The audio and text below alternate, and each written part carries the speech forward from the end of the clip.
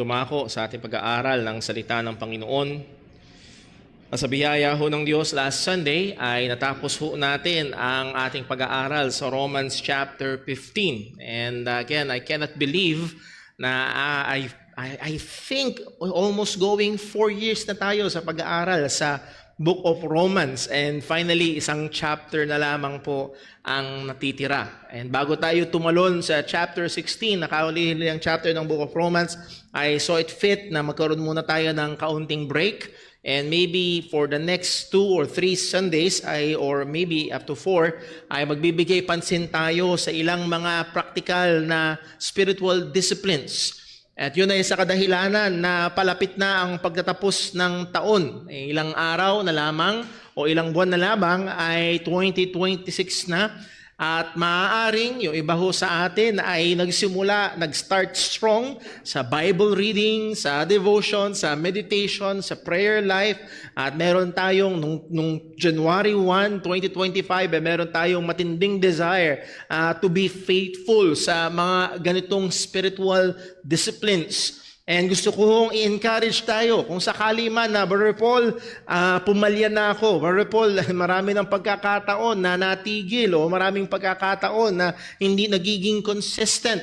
Ang goal ko ho ay mahamon tayo, mapaalalahanan tayo, at sa biyaya ng Diyos ay matulungan tayo na magkaroon ng consistency. Ma-remind tayo sa kahalagahan ng mga basic spiritual disciplines. Sinabi nating basic ay hindi nangangahulugan na ito ay mababa. But again, very basic ang 1, 2, 3, ABC. Pero these are the foundation blocks ng pag-aaral ng anumang mga subjects. Pag kung meron ng isa sa pinakamahirap gawin, maaari ng isang bagong magulang ay paano magpainom sa bata ng gamot, lalo na kung ito ay hindi masarap.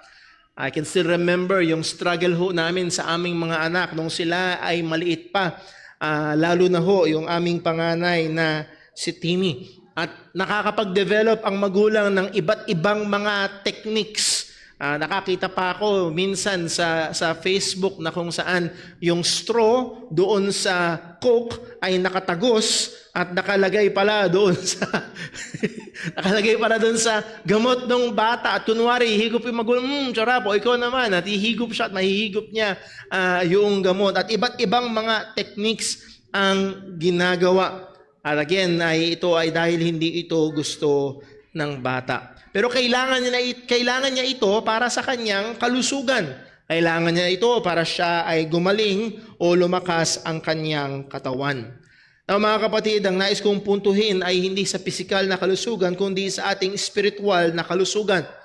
Sa ating spiritual na buhay. At isa sa mga paraan at napakahalagang paraan at hindi maihiwalay sa kalusugan nating spiritual ay walang iba kung hindi ang salita ng Diyos. At kinakailangan ay meron tayong consistent na intake ng salita ng Panginoon. Pero ito ang katotohanan, hindi natin laging gusto. Hindi tayo laging sinisipag.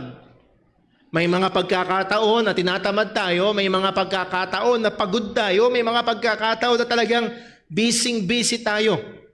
At ang layunin ko ho ngayong umaga sa atin hong pag-aaral o sa ating panahon sa salita ng Diyos ay ma-encourage tayo na magkaroon o mapanumbalik ang init sa paghabol o pag-pursue ng mas malalim na desire sa salita ng Diyos. Meron tayong kasabihan bilang mga Pilipino, kapag gusto, maraming paraan, pag ayaw, maraming dahilan. O maniwala ho kayo, kahit busy, kahit maraming project, kahit puyat, pag gustong mag-ML, nakakahanap ng paraan. Pag gustong manood ng K-drama, nakakapaglaan ng panahon na naisisingit dahil gusto. At isa ho sa mga katotohanan na ito, maraming pagpaliya sa atin hong disiplina sa salita ng Diyos ay may kinalaman sa desire. Well, usually ho, sa ating ministeryo ng salita ng Diyos ay we will go verse by verse, almost word for word sa bawat talata. Pero ngayong umaga, hindi ho ganun ang ating gagawin. But we will be considering this subject of having or pursuing a greater or deeper desire for the Word of God. At ito ho ang ating pinakamensahe ngayong umaga.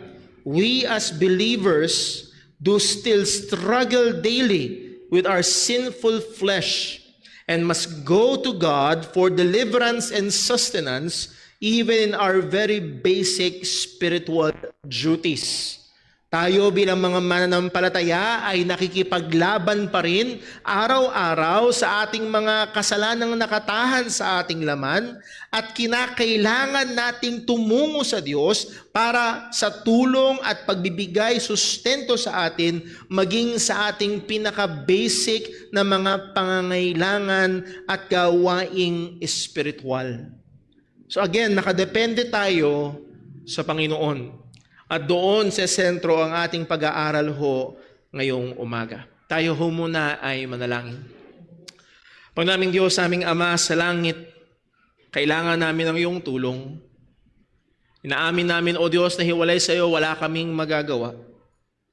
Inaamin namin, Panginoon, na mahina kami. At kailangan namin ng iyong liwanag, kailangan namin ng iyong lakas, kailangan namin ng iyong gabay. At Panginoon, maaaring meron dito, Panginoon, ay nagsimula ng masigasig sa pagbabasa ng iyong salita sa pagsisimula ng taong ito. Pero ngayon, Panginoon, ay nanlulumo na. Nawa, O Diyos, ay mapanumbalik ang sigla at magkaroon ng lalo pang uhaw sa iyong salita. At kung sakali man, O Diyos, na merong nagpapatuloy sa biyaya mo, ay nagpapatuloy consistently sa disiplina ng iyong salita, ay nawa lalo pa itong mapag-inam, lalo pa itong mapag-init, Panginoon. At sa biyaya mo, O Diyos, ay magawa ito ng may katapatan na nagluluwalhati sa iyo. Ama, samahan, turuan mo kami, gamitin mo yung mga katotohanan sa ikababanal ng iyong mga anak at gayon din sa ikaliligtas ng mga wala pa sa pananampalataya kay Kristo. Lahat ng ito, Panginoon, ay hinihiling namin sa ngalan ng aming Panginoong Jesus. Amen. Well, kagaya nung sinabi ko ho kanina, normally ang atin hong ministry is exposition ng certain passage at binasa na itong Psalm 119 verse 33 hanggang verse number 37, but we will not go verse by verse sa talatang ito, but we will consider a few sa mga verses mula sa passage na atin hong binasa. Again, as we have said, isa sa mga problema ay hindi natin talaga laging desire ang salita ng Diyos. Aminin ho natin, hindi lang ho pagiging busy ang problema. Ay hindi lang ho yung napakaraming kailangan gawin ang problema. Aminin natin na meron talaga at madalas ang problema ho talaga tayo ay tinatamad. Walang desire. O matabang ang salita ng Diyos para sa atin. At bilang tunay na mga mananampalataya, bilang mga tunay na ipinanganak ng salita ng banal na Espiritu, pinanganak ng muli ng banal na Espiritu, bilang mga mananampalataya ng Diyos sa pamamagitan ng kanyang salita, tayo ay mga naniniwala na dapat ay meron tayong desire sa salita ng Diyos. Dapat ay meron tayong dapat masarap ang salita ng Panginoon sa atin. Sabi nga ng Psalm 19, sweeter than honey and the honeycomb. At kung sakali man, mga kapatid, na ang salita ng Diyos ay hindi matamis sa atin, walang problema sa salita ng Diyos, merong problema sa atin. At kung merong problema sa atin, ay kinakailangan natin hingin ang tulong ng Panginoon. At bilang mga tunay na mananampalataya sa biyaya ng Diyos, alam natin na tayo iniligtas na ng Panginoon, na ang ating puso ay binuksan ng Diyos sa Ebanghelyo at tayo nanampalataya kay Kristo. Na handun pa rin ang nakatahang kasalanan sa atin na kailangan nating paglabanan.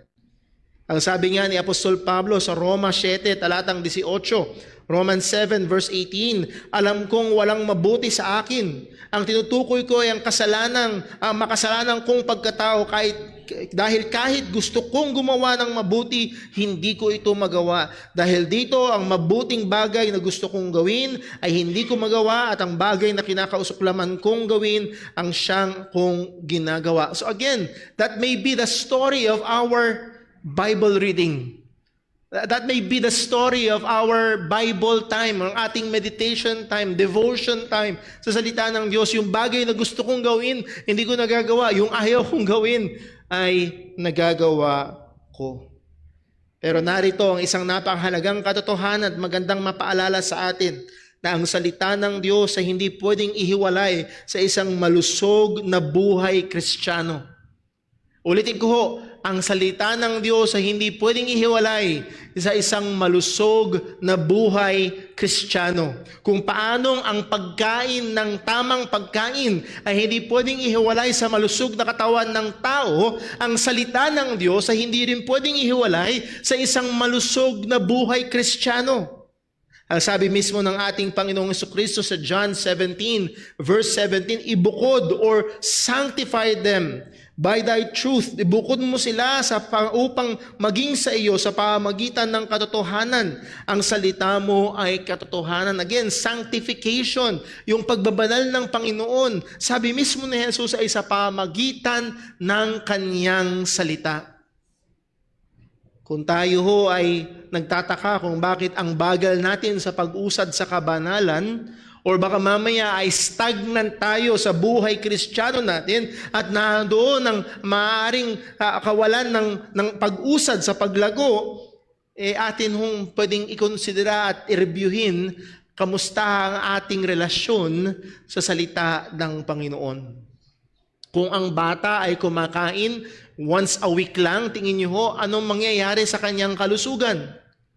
At yun din naman ang ating spiritual na kalusugan kung kumakain lang tayo ng salita ng Diyos every Sunday, but all throughout the week, from Monday to Saturday, ay wala tayong supply ng salita ng Panginoon. Ano magiging dahilan? Anong magiging epekto sa ating spiritual na kalusugan? Sa Acts chapter 20 verse 32, nung nagpapaalam na si Apostol Pablo doon sa mga kapastoran sa iglesia sa Efeso, ang sabi niya, at ngayon ay pinagkakatiwala ko kayo sa Diyos at sa kanyang salita na tungkol sa kanyang biyaya, makapagpapatibay ito sa inyong pananampalataya. Again, ang salita ng Diyos, syempre ang Diyos at pangunahing instrumento ng Diyos ay ang kanyang salita, ang instrumento niya upang tayo ay patibayin sa ating pananampalataya. So hindi lang ito pakapalan ng dibdib, bro. Hindi lang ito patindihan ng tiwala sa Diyos, sis. Ang ating paglago sa pananampalataya ay konektado sa ating relasyon sa salita ng Panginoon. Ang sabi ni Pedro sa 1 Peter chapter 2 verse 2, as newborn babes, gaya ng mga bagong panganak na sanggol, desire the sincere milk of the word, that ye may grow thereby. Tayo inuutusan na nasain natin, gustuhin natin ang salita ng Panginoon upang tayo ay lumago. So what must we do if we find ourselves slow to this means of grace?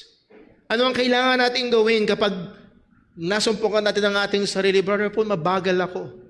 Brother Paul, tamad ako. Brother Paul, matabang. Ang dating sa akin ng panahon sa salita ng Panginoon.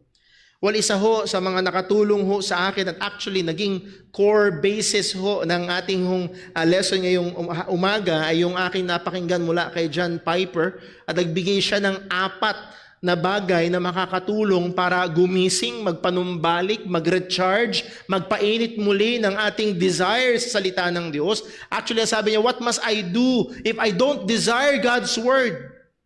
Pero nagdagdag lang ho ako ng 2. So meron tayong 6 na titignan ngayong umaga. Kung gusto nyo ito ay isulat, ito ay 6 na nagsisimula sa R-I-O-T-U-S. Riotus. Kung gusto nyo hong matandaan. So una, letter R, anong kailangan natin gawin when we do not desire God's Word? Well, una, repent. Repent.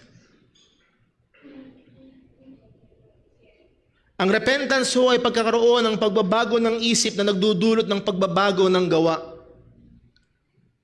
At kinakailangan na tayo'y lumapit sa Diyos at aminin natin sa Panginoon ang kasalanan ng kawalan o kakulangan ng pagnanasa sa Kanyang salita. Mga kapatid, kagaya na nabasa natin kanina, we are commanded to desire the sincere milk of the Word. Then, therefore, to not desire God's Word is sin. Ang kawalan ng pagnanasa sa salita ng Diyos ay kasalanan. Hindi ito ibig sabihin na parang, may cake dyan, ayoko ng cake. Hindi yun kasalanan. Pero kung may salita ng Diyos at lalo na tayo'y Kristiyano at wala tayong nasa sa salita ng Diyos, ito'y kasalanan laban sa Panginoon.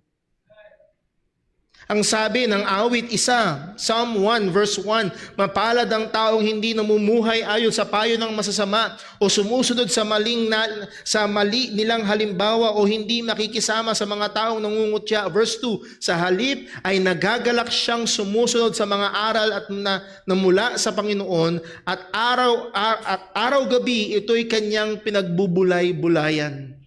Pinagbubulay-bulayan niya ang mga aral ng Diyos. Pinagbubulay-bulayan niya ang salita ng Panginoon. Ito ay kailangan nating pagsisihan ang kawalan ng pagnanasa sa salita ng Diyos. Na kailangan tayo ay magkaroon ng pagbabago ng isip na sabihin, oo nga, ang salita ng Diyos ay mahalaga. Oo nga, ang salita ng Diyos ay matamis. Totoo, ang salita ng Diyos o ang Diyos ay nag-uutos sa atin na kailangan nating nasain, na kailangan nating tanggapin ang kanyang salita consistently sa ating mga buhay.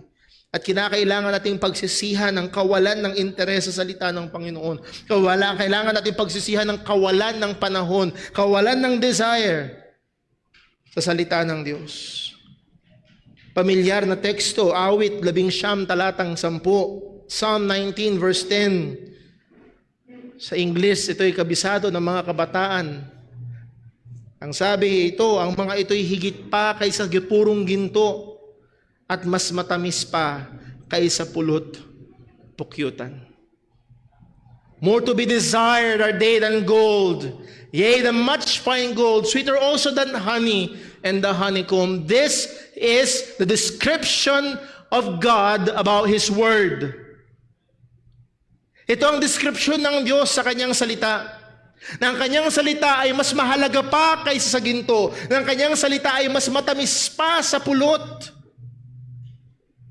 Again, binigyan ng pansin ang dalawang madalas na desire ng tao. Ang desire ng tao madalas ay ang kayamanan. Ang sabi ng salita ng Diyos, mas mahalaga pa ang salita niya sa kayamanan. Matindi ang desire ng tao sa pagkain. Bilyong-bilyon ang inuubos ng mga tao sa pagkain para matikman ang masarap. Sino dito ang gustong hindi masarap na pagkain? Ang gusto natin na masarap na pagkain, tama? Ang punto ay ito, sa pinakamasarap na pagkain, ang sabi ng salita ng Diyos, mas masarap ang kanyang salita. More to be desired than gold, sweeter than honey.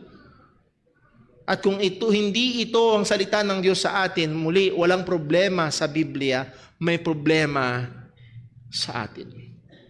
Kung ang tingin natin sa salita ng Diyos ay pagsasayang, hindi mahalaga, istorbo. Kailangan natin itong pagsisihan. Kung tingin natin sa salita ng Diyos, ito ay mapakla, ito ay walang lasa at hindi kailangan. Kailangan natin itong pagsisihan. So una na kailangan natin gawin is to repent. Why? Because we are commanded to desire God's Word. Bilang parang mga bagong panganak na sanggol, nasain ninyo ang walang dayang salita o gatas ng salita ng Diyos. Inuutusan tayo ng Panginoon. Pero Paul, hindi ko nasain ninyo. At pagsisihan natin ng mga panahon na wala tayo pagnanasa sa salita ng Diyos. So that's number 1, repent. Number 2, mula sa Psalm 119 verse 36. Psalm 119 verse 36. Ang sabi sa verse 36? Kaya ho ba? Bigyan niyo ako ng pagnanais na sundin ang inyong mga turo at hindi ang pagnanais na yumaman. Sa Ingles ang sabi, incline mine heart to your testimonies. So this is the second point. We must ask God. Una, we must repent to God. Magsisi tayo sa Panginoon na hindi mahalaga sa atin ang kanyang salita. Pangalawa, hingin natin sa Diyos, Lord, incline my heart. Ikiling mo ang aking puso. Or sa translation dito sa Tagalog, bigyan mo ako ng pagnanais. Lord, hindi ko gusto. Inaamin ko na hindi ko gusto at mali yun. At hingin natin sa Lord, bigyan mo ako ng pagnanasa. Baguhin mo yung dila ko, gawin mong matamis. Bigyan mo ako ng mata na nakikita ang totoong halaga ng iyong salita na mas mahalaga pa ito sa ginto. Incline mine heart. Ikiling mo ang aking puso. Bigyan mo ko ng pagnanais. Notice the request to incline the heart. Ang kultura natin madalas ay tinitingnan ang puso bilang isang bagay na hindi pwedeng makontrol. Sabi nga nung kanta, kapag tumibok ang puso, wala ka nang magagawa kundi sundin ito na para bang this is an uncontrollable force. No. Hingin natin sa Diyos, Lord, ang puso ko ay ikiling mo. Baguhin mo. Ayusin mo. Ikiling mo ang aking puso sa iyong salita. At actually, sa salita ng Diyos, ang puso ay hindi lamang pumapatungkol sa emosyon. Madalas, pag nakita mo ang heart shape, ibig sabihin ay love. At ito'y pumapatungkol lamang sa emosyon ng pagmamahal. Well, actually, sa Bible, pag titignan natin ang puso, ay madalas ito'y pumapatungkol sa kabuuan ng pagkatao, the very core ng being ng isang tao. Ito yung pinakapuso, kung magkakaibuturan ng ating pagkatao at ang panalangin ng mga awit. Lord, ikiling mo ang aking buong pagkatao sa iyong salita. Narito ang isang napakagandang bagay. Here is the honesty of the Scripture. Maging sa mga personal na buhay ng mga mananampalataya, nararanasan nila na may mga pagkakataon na hindi matik na naka-incline ng puso sa salita ng Diyos. May mga pagkakataon, lalo na kapag may problema, lalo na kapag merong away mag-asawa. Ama ho ba? Nag-aaway kayo mag-asawa ayaw mong ikiling ang puso mo sa salita ng Diyos sapagkat alam mo ang sinasabi ng salita ng Diyos tungkol sa pinag-aawayan niyong mag-asawa. Napakaganda ng honesty rito ng mga awit na siya mismo ay nagpapahayag ng kanyang pangangailangan. Hindi siya nagpapanggap na ultra-spiritual. Hindi siya nagpapanggap na parang walang problema sa kanyang buhay pananampalataya. Inaamin niya, Lord, kailangan ko ng iyong tulong. Kailangan kong ikiling mo ang aking puso sa iyong salita. Ang sabi sa Colossians chapter 3 verse 1, tayo inuutusan ng salita ng Panginoon. Colossians 3 verse 1, binuhay kayong muli kasama ni Kristo, kaya ano daw? Sikapin ninyong makamtan ng mga bagay na nasa langit kung saan naroon si Kristo na nakaupo sa kanan ng Diyos. Verse 2, doon ninyo ituon ang isip ninyo at hindi sa mga makamundong bagay. Doon yung utos sa atin, kailangan ituon natin ang ating kaisipan. Ituon natin ang ating mga sarili sa mga makalangit na bagay. At so, ang punto ho ay ito, hindi lamang ito, Lord, ikiling mo yung puso ko, bahala ka na. Tapos wala tayong gagawin. Again, the command to us, set your affections on things above. We must exert effort to set our affections. Muli, hindi tayo gigising isang araw na, well, yung bang aking affections ay nakatutok sa mga bagay sa taas? Well, hindi, wala akong magagawa. No.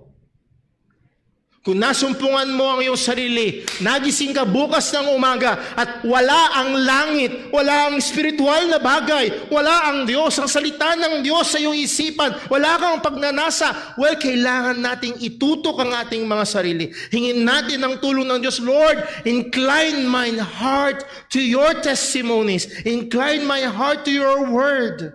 At kailangan nating itulak ang ating sarili na hinanapin natin at habulin natin ang mga bagay na nasa itaas. Sa panalangin na ito, nahandoon ang pagkilala ng katotohanan na hindi lamang ang ating kalooban, hindi lamang ang ating mga metodolohiya o mga plano, even yung mga Bible reading plans and schemes or planned quiet times. Yes, mahalaga ang lahat ng yun at merong tulong. Pero kung wala ang gabay at biyaya ng Diyos, walang kabuluhan at madali lang itong mawawala. At kung hindi tayo magiging maingat, ay pwede pa itong mauwi sa pagiging legalist or spiritual pride. Nagbabasa ako ng Bible ko araw-araw, ikaw. Minsan may mga ganon na mga mananampalataya. 1 Corinthians 15:10, ang sabi ni Apostol Pablo, ngunit dahil sa awa o biyaya ng Diyos sa akin, naging apostol ako at hindi nasayang ang biyayang ipinagkaloob niya sa akin dahil higit akong nagpapagal kung ihahambing sa ibang mga apostol, bagamat ito'y sa pamamagitan ng tulong ng Diyos at hindi ng aking sarili lamang. Again, biyaya ng Panginoon. Hindi yung sariling lakas. Yes, kailangan nating itulak ang ating sarili na nasain ng salita ng Diyos. Pero kailangan natin hingin ng tulong ng Panginoon para nasain ang kanyang salita. So number 1 is repent. Kung ayaw natin ang salita ng Diyos, hindi mahalaga sa atin, hindi matamis sa atin, pagsisihan natin. Pangalawa, pray to God na i-incline niya, ibaling niya ang ating mga puso sa kanyang salita. O maniwala kayo mga kapatid, pag nakakita kayo ng isang tao na ang puso niya ay nakabaling sa isang bagay. O sabi nga, ang pag-ibig na makapangyarihan kapag pumasok sa puso ni numan, hahamakin ang lahat. Masunod ka lamang. Kapag ang puso ng tao ay nabaling sa salita ng Diyos, yes, busy, yes, maraming assignment, oo, pagod galing sa trabaho, pero nakakiling ang kanyang puso sa salita ng Diyos. Now, kung sa biyaya ng Panginoon, Lord, sa biyaya ng Diyos, Brother Paul, gusto ko ang salita ng Diyos. Brother Paul, matamis ang salita ng Lord.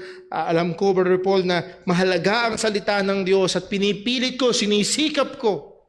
Sa biyaya ng Diyos ay nahandon ang pagbibigay niya ng sipag sa iyo na magbigay panahon sa kanyang salita. Isang panalangin pa na napakaganda ito sa Psalm 119 verse 18.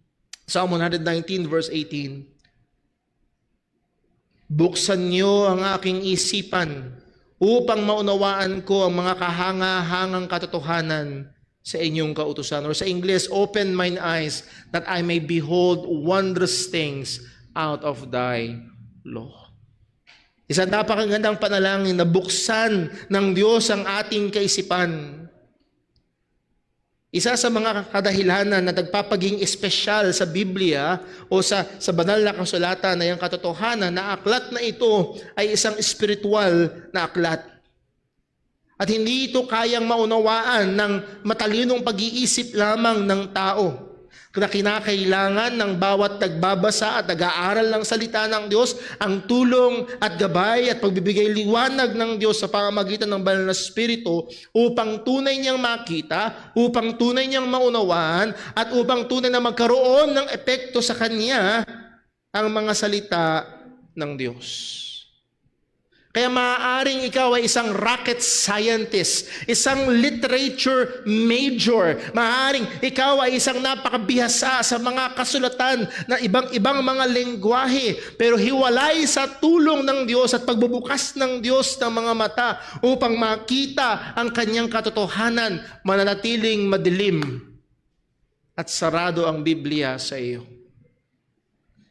Kaya mga kapatid, hindi ko sinasabing walang tulong ang talino, pero hindi patalinuhan. Naunawaan niyo ba? Hindi natin sinasabing walang tulong ang pagkaalam ng grammar, pero hindi ito pahusayan sa grammar. Ang sabi ho ni Apostol Pablo at panalangin niya sa mga mananampalataya sa Efeso, Ephesians chapter 1 verse 15. Ephesians chapter 1 verse 15, ang sabi ni Apostol Pablo ay ito, kaya nga mula nang mabalitaan ko ang pananampalataya nyo sa ating Panginoong Hesus at ang pag-ibig nyo sa lahat ng mga pinabanal. Again, nabalitaan ni Pablo ang kanilang pagiging Kristiyano. Ang sabi niya sa verse number 16, walang tigil ang pasasalamat ko sa Diyos dahil sa inyo at lagi ko kayong ipinapanalangin. Okay? So, laging thankful si Pablo para sa mga Kristiyano at pinagpe-pray niya ang mga Kristiyano doon sa Ephesus. Ano yung panalangin ni Pablo? Na sila ay laging masaya, malusog, at walang problema? Well, yun yung panalangin ng mga prosperity gospel preachers. Pero nung pangunahing panalangin ng apostol para sa mga mananampalataya. Verse number 17. Hinihiling ko sa Diyos ang dakilang Ama ng ating Panginoong Hesukristo. Na ano daw? Nabigyan niya kayo ng karunungan at pangunawa mula sa banal na Espiritu. Bakit? Para saan? Para lalo niyo pa siyang makilala. Ang panalangin pangunahin ni Apostol Pablo para sa mga Kristiyano na ang banal na Espiritu ay kumilos sa mga mananampalataya upang lalong makilala ang Panginoon. Kaya mga kapatid, napakaganda nung tema natin sa parating na youth conference. To know God. At mga kapatid, take courage kung ang ating layunin at pinakatema at gusto nating mangyari sa youth conference is for God's people, primarily ang mga kabataan, to know God. At ang panalangin ni Apostol Pablo sa mga Kristiyano is to know God. We will be doing something according to God's will. At kung yun ay sang-ayon sa kanyang kalooban, may kumpiyansa tayo na kung tayo nananalangin ay dinirinig niya tayo. Ang kumpiyansa natin ay wala sa husay ng mga mangangaral. Ang kumpiyansa natin ay nasa pagiging tapat ng Diyos. Yun ang panalangin ni Pablo para sa mga Kristiyano. Na mas makilala ang Panginoon. I hope this affects our prayers. Prayer para sa atin, prayer para sa ating asawa, prayer para sa ating mga anak, prayer para sa ating mga mahal sa buhay. O prayer para sa ating mga kapatiran. Na Lord, ang ating kapatid na ito o si kapatid na ito ay dumadaan sa sitwasyon na napakahirap, na napakalalim, napakadilim, nawa lalo kanilang makilala. Dahil ang pangunahing pangangailangan ng Kristiyano ay hindi mabuting kalusugan kundi makilala ang Panginoon.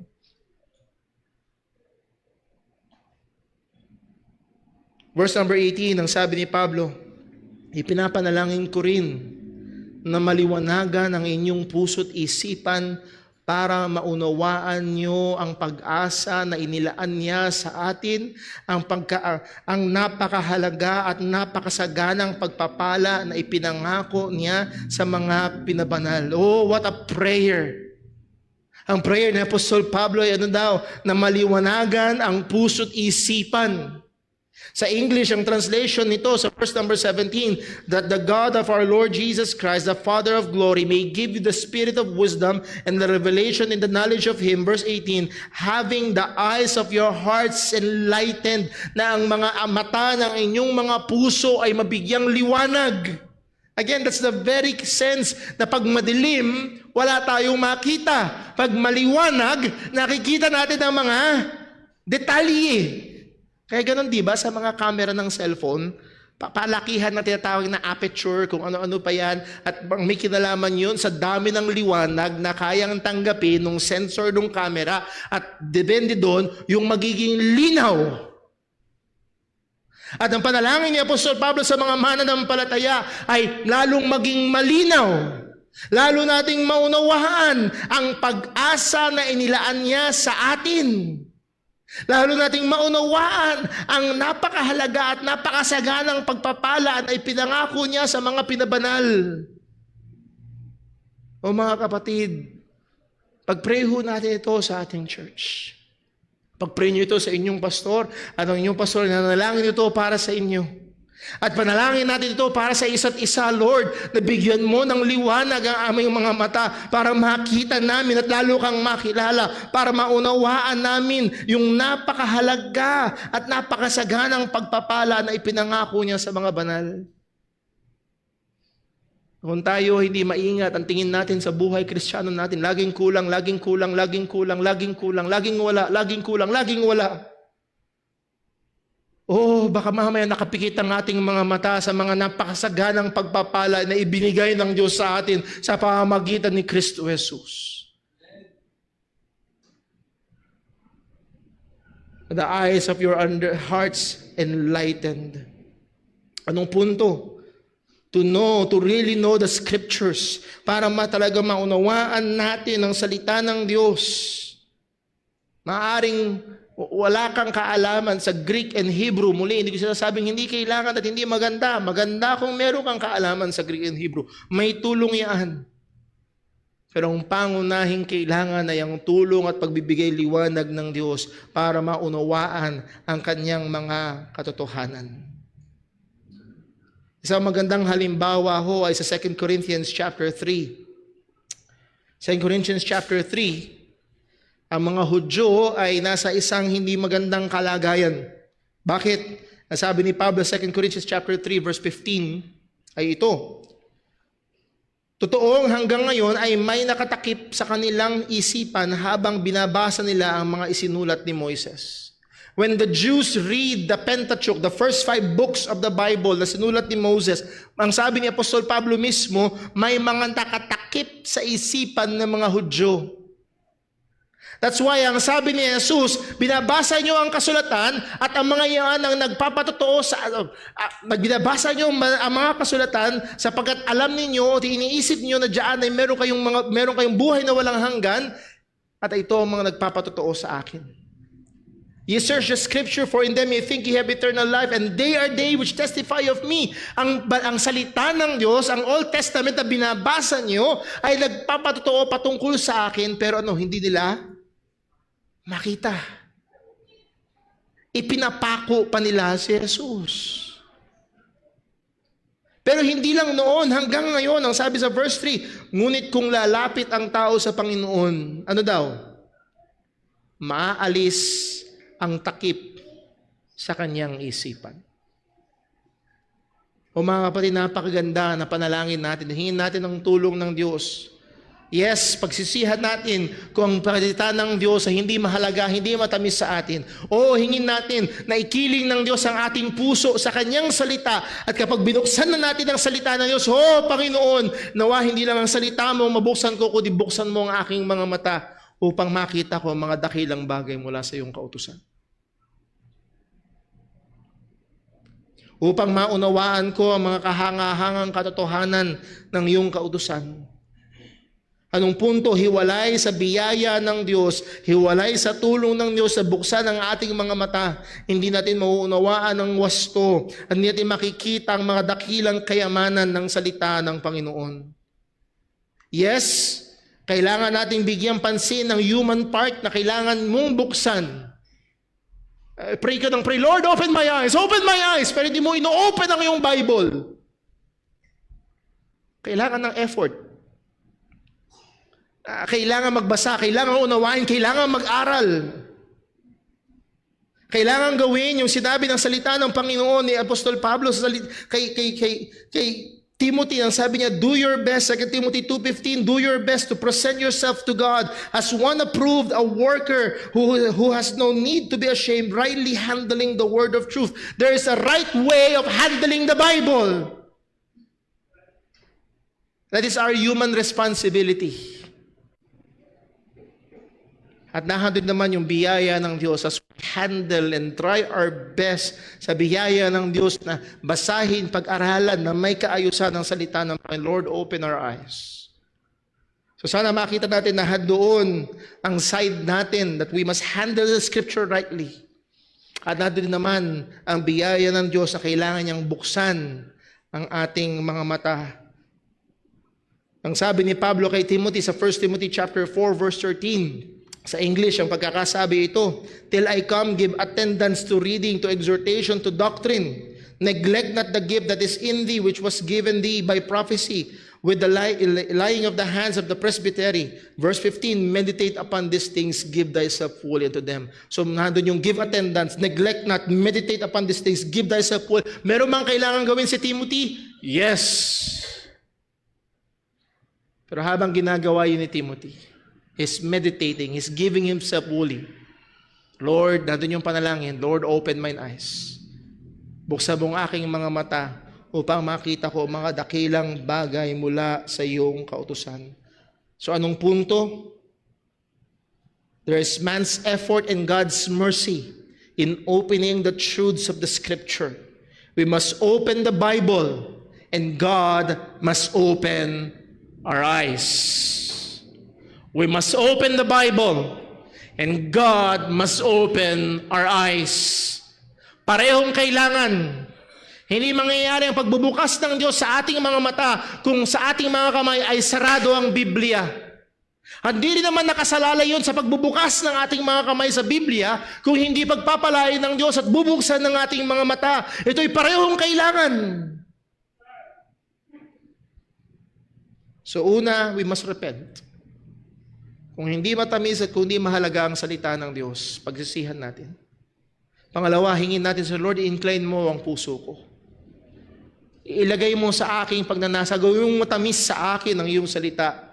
Gawin mong mas mahalaga pa sa ginto ang iyong salita. And then, pag binuksan natin ang salita ng Diyos, Lord, buksan mo ang aking mga mata. Buksan mo ang aking mga mata. Pangapat, letter T, teach me. Teach me. Sa Psalm 86 verse 11, nating hong binasa. Actually, sa Psalm 119 verse 33, kanina ho binasa natin, Teach me, O Lord, the way of thy statutes, and I shall keep it unto the end. Ituro mo sa akin, O Panginoon, ang daan ng iyong mga palatuntunan. Or sa Psalm 86 verse 11, Panginoon, ituro niyo sa akin ang inyong pamamaraan at susundin ko ito ng may katapatan. Bigyan niyo ako ng pusong may takot sa iyo. Nandun yung panalangin na hindi lang basta buksan ng mga mata, kundi doon yung panalangin at paghingi sa Diyos, Lord, turuan mo ako. Yes, malaki ang connection nito doon sa nakaraang punto na kinakailangan natin ang pagbubukas ng Diyos ng ating mga mata, kinakailangan natin ang pagtuturo ng Diyos as we study the Scripture, ay hinihiling natin na gabayan tayo ng Panginoon, na bigyan tayo ng liwanag ng Diyos sa mga bagay na ito. At hindi lamang ito sa ating mga pribadong planahon sa kanyang salita, kundi maging sa mga pampublikong ministeryo ng salita ng Diyos, maging sa ganitong kapanahunan. I pray and I hope, mga kapatid, na bago pumunta sa church or bago magsimula ang gawain o bago magsimula ang preaching, ay nahando ng inyong panalangin sa Diyos, Lord, turuan niyo ako. Pag yung anak namin na si Timmy, sinusundo ko sa school. Anak, anong pinag-aralan nyo ngayon? Anong ginawa nyo sa school? Anong natutunan mo? Lalo na kung ang anak mo pinag-aaral mo sa private school, kapag ang sagot ng anak mo, wala. wala kayong pinag-aralan, wala kayong natutunan.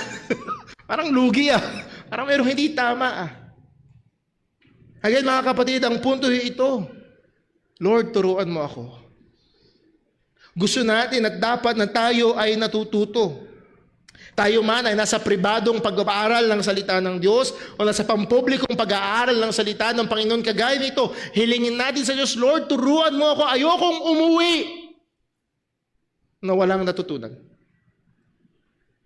Ayokong umuwi na walang nangyari. Ayokong matapos ang gawain na ito na walang pakinabang. Hindi ako papayag kasi ang iyong salita ay mahalaga pa kaysa ginto, ang iyong salita ay matamis pa kaysa pulot. Hindi ako papayag na walang tamis, hindi ako papayag na walang halaga. Lord, turuan mo ako. Turuan mo ako. And by the way, paalala, ang sabi ho dyan, teach me. Kung hindi tayo maingat, ang panalangin natin sa church ay ito, Lord, teach him. Lord, turuan mo yung asawa ko. Siya, kailangan niya. Lord, turuan mo si bro. Lord, turuan mo si sis. O nawa, turuan tayo ng Diyos na magkaroon ng pagpapakumbaba, na hingi ng tulong ng Lord, turuan mo ako. Turuan mo ako. At ano ang goal? Ang goal ho dyan ang sabi, ituro nyo sa akin ang inyong pamamaraan at susundin ko ito ng may katapatan. The goal is not merely to gain knowledge. Hindi lang tayo matuto ng mga impormasyon na pwede nating ipangbato at ipangtalo sa debate sa iba, no.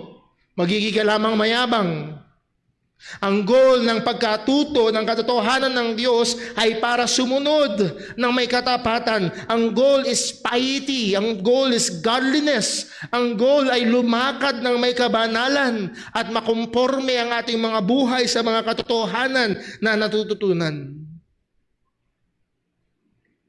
So napakahalaga na tayo ay mayroong desire na matuto ng katotohanan ng Panginoon, mag-gain ng wisdom mula sa Diyos. Paano natin madidiscern kung yung wisdom na yun ay mula sa Panginoon o hindi? Basahin lang ho natin, ayoko malaktawan ho natin ito, sa James chapter 3 or sa Santiago kapitulo 3. Verse number 13. James 3:13 sa Tagalog ang sabi, sino sa inyo ang marunong at nakakaunawa? Ipakita niya na talagang marunong siya sa pamamagitan ng mabuting pamumuhay at ng mga may pagpapakumbaba. Ang number one display ng wisdom ay hindi yung dami ng kayang sabihin, kundi yung uri ng pamumuhay na pinapakita. Verse number 14, kung pagkainggit at pagkamakasarili naman ang umiiral sa inyo, huwag ninyong ipagyabang na may karunungan kayo dahil pinapasanunginan ninyo ang katotohanan. Kung ikaw ay tingin mo, aral ka, tingin mo marami kang alam patungkol sa Diyos, pero ang buhay mo ay taliwas, pinapasinungalingan mo yung kiniklaim mong katotohanan. Verse 15, ang ganitong karunungan ay hindi nagmumula sa Diyos kung hindi sa mundo. Aray ko. Ito, lalong masakit. Mula ito sa dyablo. Maaaring katotohanan ng alam. Pero kung ito'y nagpapayabang, kung ito'y hindi nagdudulot ng kabanalan, mga kapatid, napakadelikado. Ito'y sa mundo, ito'y sa dyablo, at hindi sa banal na espiritu. Bakit? Sapagkat kung saan umiiral ang pagkainggit at pagkamakasarili, naroon din naman ang kaguluhan at lahat ng uri ng kasamaan. Ngunit ang taong may karunungang mula sa Diyos, kung ang wisdom daw ay mula sa Panginoon, una sa lahat ay may malinis na pamumuhay, maibigin siya sa kapayapaan, mahinahon, masunurin, puno ng awa at kabutihan, walang pinapaboran at hindi nagkukunwari. Verse 18, ang taong maibigin sa kapayapaan at nagpapalaganap nito ay nagdudulot ng maayos na relasyon sa iba. Yun ang dulot ng wisdom na mula sa Panginoon. Ang wisdom na mula sa Diyos, when we ask God to teach us, na tayo'y turuan, na gawin tayong mas wise, ito'y merong epekto sa ating pamumuhay at pakikitungo sa ating kapwa. So nandun tayo sa pang-apat. So una, we must repent. Kung ang salita ng Diyos ay hindi mahalaga sa atin, pagsisihan natin, natingin natin sa Panginoon, na incline ng ating mga puso sa Kanyang salita. Hilingin natin sa Diyos na buksan ang ating mga mata upang pagpalain niya yung ating effort sa pagbabasa at pag-aaral nito na matutunan natin ang Kanyang mga katotohanan. And then pangatlo o pang-apat, hilingin natin sa Diyos na turuan niya tayo upang mag-gain tayo, magkaroon tayo ng godly, heavenly wisdom na itong wisdom na ito, itong karunungan na ito ay umeepekto sa ating pamumuhay. Wala na tayong time, tutuloy natin next Sunday. Yung pang-alimang punto, unite my heart. And then pang-lima, satisfy me. Satisfy me. Pero wala tayong time, kaysa madaliin ko lamang, ilalaan natin next Sunday. Let's pray. Panginoon Diyos, aming Ama sa langit, salamat po.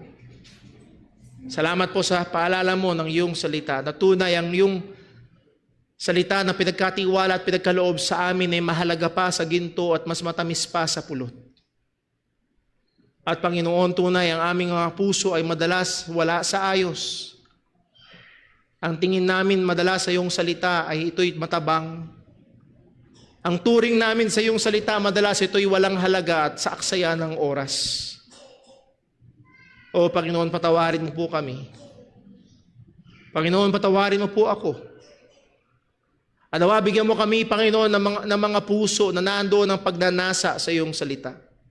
Lord, please incline our hearts to your testimonies. Gawin mo itong matamis sa amin. Bigyan mo kami ng mga mata na nakikita ang halaga, tunay nga na mas mahalaga pa ito sa ginto. Na ito, Panginoon, ay pagsumikapan naming basahin, pag-aralan, pagbulayan. Na ito, Panginoon, ay ibigay namin sa aming mga anak. Na ito, Panginoon, ay makita namin na kailangan ng aming pamilya. At Lord, sa biyaya mo kapag kami nagbigay panahon sa iyong salita, oh please, Panginoon, buksan mo ang aming mga mata. Dahil hiwalay sa iyo, Panginoon, ang mga ito ay magiging madilim. Buksan mo ang aming mga mata upang lalo naming makilala, Ikaw, O Diyos, na sa amin ay nagmahal. Buksan mo ang aming mga mata upang lalo naming makilala si Kristo na aming tagapagligtas, upang lalo naming maunawaan ang mga dakilang biyaya mo at kayamanan ng mga pinangako mo sa amin na mga iyong pinabanal. Lord, sa panahon namin ng sa iyong salita, turuan mo kami. Turuan mo kami, O Diyos, ng karunungan na nagmumula sa iyo, na magbabago ng aming mga buhay. O Diyos, salamat po sa salita mo. Gawin mo itong matamis sa bawat isa sa amin. Patawad sa mga pagkakataon na kinakaligtaan namin ito. Ikaw po nawa ang maluwalhati. Ikaw po nawang maitaas. Dalangin namin sa pangalan ng aming Panginoong Hesukristo. Amen.